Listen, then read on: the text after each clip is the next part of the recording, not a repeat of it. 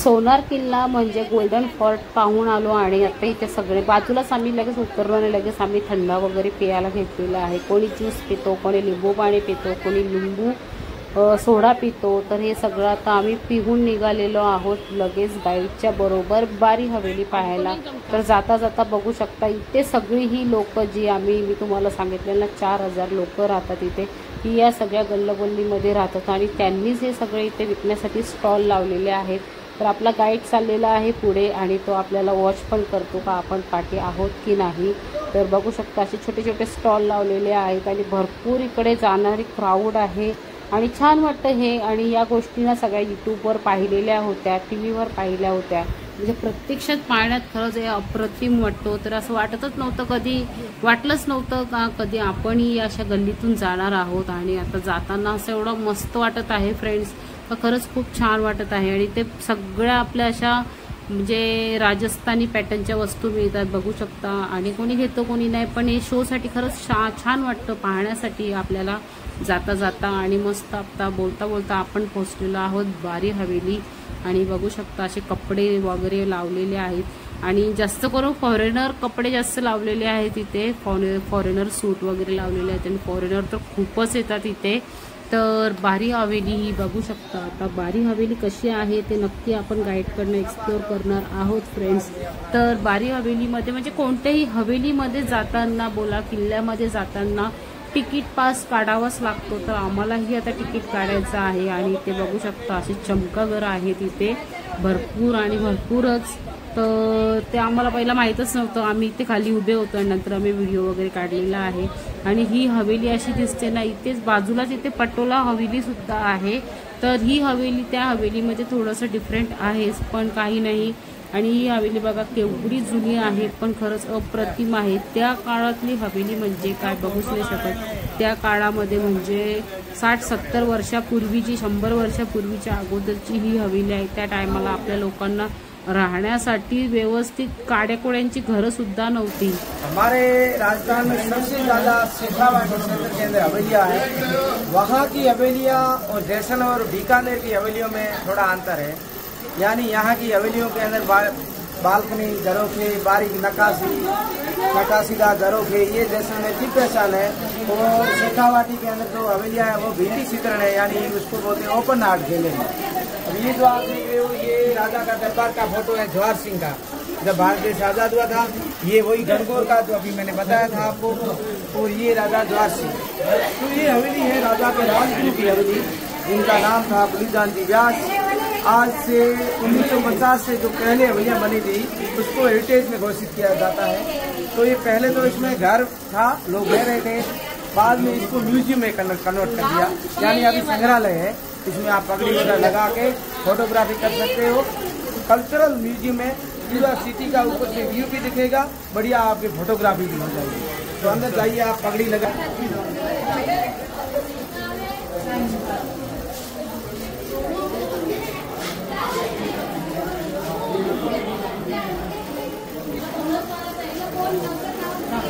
तर फ्रेंड्स आता आम्ही जाणार आहोत वरती आणि हे 7 मजल्याची हवेली आहे। तर इथे एवढी गर्दी आहे आणि या पगड्या वगैरे दिसतात ना राजस्थानी, या इथल्याच आहेत। मोठ्या मोठ्या बंदुके आहेत, ही पगडी वगैरे घालायची आणि बंदूक वगैरे हातात घ्यायची आणि फोटो काढायचा। सगळ्यांचा असंच चालू होतो आणि भरपूर गर्दी होती आणि सगळेजण अशाच पद्धतीने फोटो वगैरे काढत होते। तर मी थोडंसं शूट केलं आणि या पगडी वगैरे सगळ्या या हवेलीमधल्याच आहेत। तर आता चाललो आहोत आपण वरती आणि वरती काय काय इतिहास आहे ते काही मी अजून पाहिलं नाही, तर तुम्हाला पुढे गेल्यावर कळेलच। आणि आपल्याला गाईड सुद्धा आहे, गाईड ही आपल्याला गाईड करणार आहे, जे असेल त्या गोष्टी सगळ्या सांगणार आहेत। तर एंट्री केल्या केल्या इथे आपल्याला दिसतो समोरच किचन। तर म्हणजे किचनमध्ये जेवढी जुन्या पद्धतीची भांडी आहेत ना तेवढी सगळी इथे पाहण्यात आलेली आहेत, कधी मी पाहिली पण नव्हती। तर आपणही कोणी नसेल पाहिली तशी भांडी आहेत इथे पितळेची वगैरे, ही बघा ही अशा प्रकारे। तर जाता पण आहे ते आणि स्टोव पण आहे। तर स्टोव तर आता आपल्यात सगळ्या गेल्यात जमा आहे, आणि आमच्याकडे इष्टो बोलतात, तर स्टो सुद्धा आहे, तो पण एवढा असा मोठा. आणि सगळ्या किचनमधल्या जेवढी छोटी मोठी भांडी आहेत ना सगळी इथे आहेत. गाईड बघू शकता गाईज तुम्ही पण. आणि खरंच एकदम सुंदर वाटलं हे बघून. आणि मोठा असा जेवणाचा ताट सुद्धा आहे, म्हणजे ज्या भांड्यांची नावं सुद्धा आपल्याला येत नसेल ना ती सुद्धा भांडी इथे आहेत. आणि छान असं इथे किचन आहे, बघू शकता इथे जेवण बनवण्याचे. आणि भरपूर असे जुन्या पद्धतीचा फॅन आहे आणि हाताने ओढणारा सुद्धा फॅन आहे. जेवणाचा ताट बघू शकता केवढा असा मोठा आहे. खूप अशा जुनी अशी भांडी इथे ठेवलेली आहे, जुन्या पद्धतीची सगळी, म्हणजे पुरातन काळातल्या सगळ्या वस्तू इथे लावून ठेवलेल्या आहेत या बारी हवेलीमध्ये. आणि खरंच ते पाहण्यासाठी खूप सुंदर असं वाटतं, खूप मस्त वाटतं. तर हे बघा अशा छोट्या छोट्या वस्तू इथे लावून ठेवलेल्या आहेत. तर छान असं बघून. वो ये गिलास है, पहले आपको फॉसिल वाला बताया था, ये बादला है पानी पीने का जो उसमें देखा था। ये पुरानी केतली है, यहाँ पर पुराने जमाने के अंदर जो हाथ से चलाने वाला पंखा है, और यहाँ पर बच्चा खाने का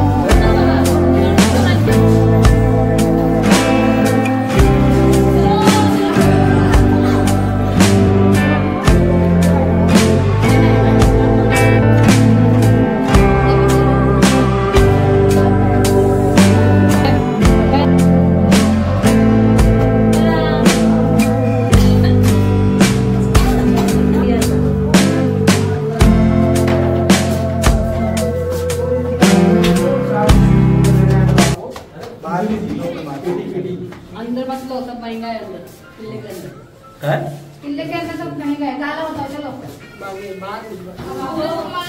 ये तो घोड़े सड़े हुए इनका जो फोटो का जो नाम मेरे को भी मालूम नहीं है, पर ये पुराने रियासतकालीन फोटो है। ये राजा के पास में एक हाथी था जिसका मुगला हाथी बोलते, उस समय हाथी के होते हुए बैठा हुआ, इधर मावत बैठा हुआ, एक घोड़ा सा हाथी पुराने। आप देखो डेजर्ट में राजा के पास हाथी भी था। इसे जो आप देख रहे हो ये पुराने कॉइन्स है, पैसा, और ये राजाओं के टाइम के, ये ब्रिटिश कॉइन है पुराने। वो राजपूताना गजट जिसमें राजा महाराजाओं के टाइम के, पुराने अंग्रेजों के टाइम के, उसमें मतलब लिखी होती थी राजपूताना गजट, जो अजमेर से प्रकाशित होता था। इसके संपादक थे एक मुस्लिम थे, मौलवी मुराद अली।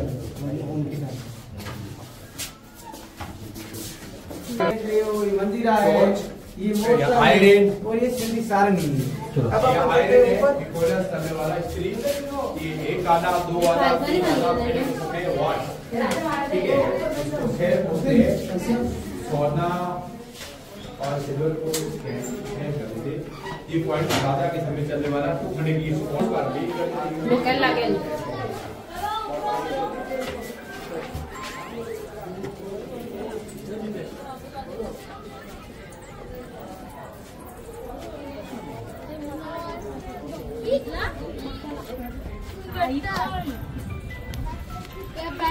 मंदिर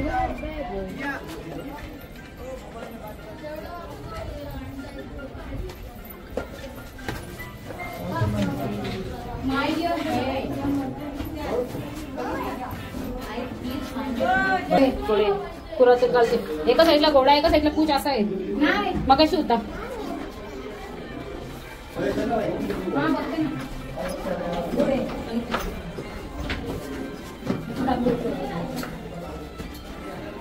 काय गावात काय चालू आहे इथं?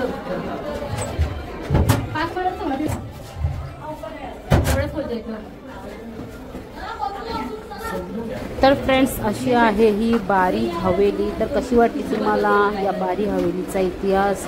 जेवढा जमलं तेवढा तुमच्याबरोबर सांगण्याचा प्रयत्न केलेला आहे।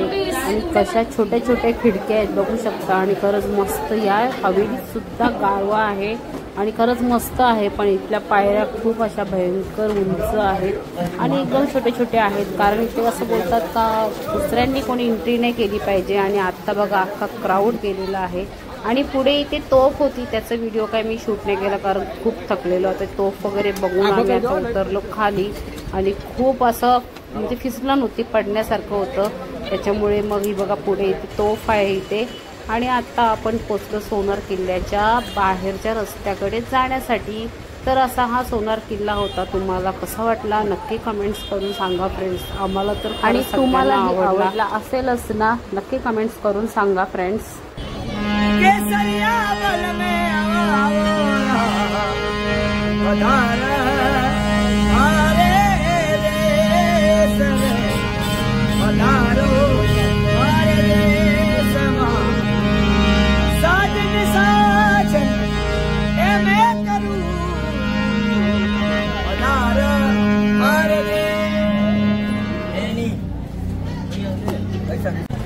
राजस्थानी सुंदर असं गाणं पण आपण ऐकलं इथे फ्रेंड्स। तर चला आता आम्ही उतरलो खाली किल्ल्याच्या इथे। तर बघू शकता फ्रेंड्स हा असा सोनार किल्ला आहे, सुंदर असा आहे ना, वरूनही सुंदर दिसतो आणि खालूनही अप्रतिम दिसतो फ्रेंड्स। तर आता पुढचा ब्लॉग ही फ्रेंड्स पाहायला विसरू नका। भेटूया आता पुढच्या ब्लॉगमध्ये आणि खूप असं मस्त असं प्रसन्न वाटलेलं आहे, थकवा पण आलेला आहे आणि छानही वाटतं आणि आपण आता फिरण्यासाठी आलेलो आहोत। तर फिरून फिरून थोडाफार तर थकवा येतोच। तर हा असा माझा जैसलमेर मधला सोनार किल्ल्याचा ब्लॉग होता फ्रेंड्स। तर भेटूया पुढच्या ब्लॉगमध्ये।